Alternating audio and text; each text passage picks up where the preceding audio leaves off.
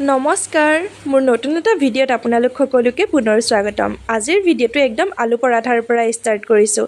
এই যে আলু পৰাঠাটো বনাই আছোঁ, মই বনাইছোঁ বুলি নাভাবিব দেই, মোৰ ভণ্টিয়ে বনাই আছে। মই এইবিলাক বনোৱাত একদম বেয়া। বাকী সকলো ৰন্ধা বঢ়া কৰিব পাৰিলেও এই ৰুটি পৰঠা এইবিলাক মই মোৰ দ্বাৰা নহয়। মই আটা মঠিলে সেই আটা আৰু ৰুটি খাব নোৱাৰিব, ইমান টান হয়। সেয়ে আমাৰ ঘৰত যিমান পৰঠা ৰুটি পুৰি বনোৱা যায় চব ধুনুৱে বনায়। তাৰপাছত পৰঠা খাই কৰি লৈ আমি এফালে ওলাই আহিছিলোঁ, মানে আজি গাঁৱতে এটা ট্ৰেইনিং আছিলে এগ্ৰিকালচাৰৰ।